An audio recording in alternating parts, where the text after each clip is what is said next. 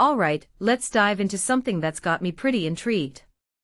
Imagine a Victorian-era manor house, nestled in the Surrey countryside, being transformed into a luxury hotel and spa. Sounds like something out of a period drama, right? Well, that's exactly what's on the table with the Hartsfield Manor redevelopment. But here's the kicker, this isn't just a simple renovation. It's a full-blown reimagining of a historic site, blending old-world charm with modern luxury. Personally, I think this project is a fascinating case study in how to honor the past while pushing boundaries for the future. What makes this really interesting is the scale of the transformation. We're talking about expanding the site from 2,287 square meters to nearly 6,000 square meters, adding woodland lodges, treehouses, and even an underground spa connected by a tunnel. I mean, who doesn't love the idea of walking through a subterranean passage to get to a spa? But here's where it gets even more compelling. The developers are tearing down 1970s and 1980s extensions that, in their words, don't reflect the site's character.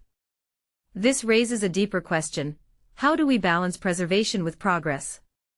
It's a debate that's as old as time, but this project seems to be taking a thoughtful approach. In my opinion, one of the standout features is the hotel extension. It's designed to be low profile, almost blending into the hillside, so as not to disrupt the countryside views. This isn't just about aesthetics, it's about respecting the natural landscape.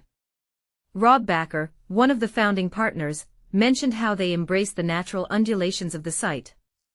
What this really suggests is that architecture can be both ambitious and humble, if done right.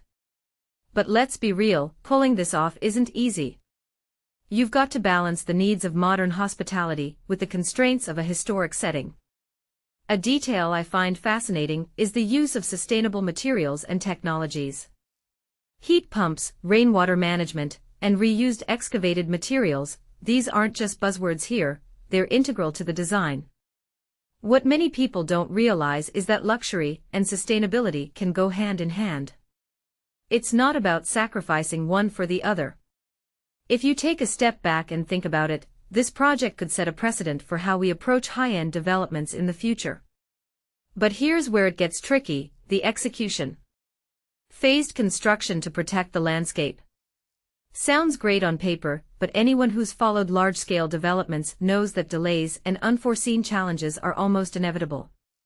Personally, I'm curious to see how they manage the transition while keeping the hotel operational. It's like performing open-heart surgery on a patient who's still walking around, risky but potentially groundbreaking. What this project really highlights, though, is the broader trend of repurposing historic buildings. From my perspective, it's a win-win.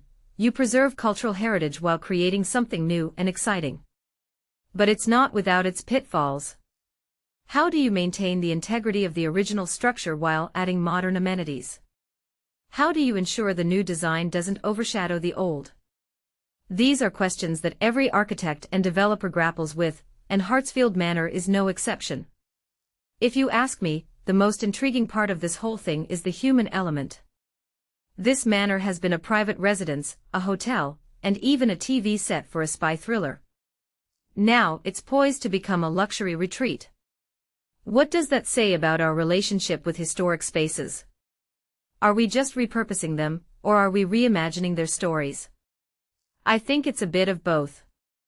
And that's what makes this project so compelling. It's not just about bricks and mortar, it's about the stories we tell and the experiences we create. So here's my closing thought: as we cheer on these ambitious redevelopments, let's not forget the soul of the places we're transforming. Hartsfield Manor isn't just a building, it's a piece of history, a canvas for new stories, and a testament to what's possible when we blend the past with the future. What do you think? Is this the kind of project that excites you, or do you see it as a risky gamble? Let me know in the comments. I'd love to hear your take.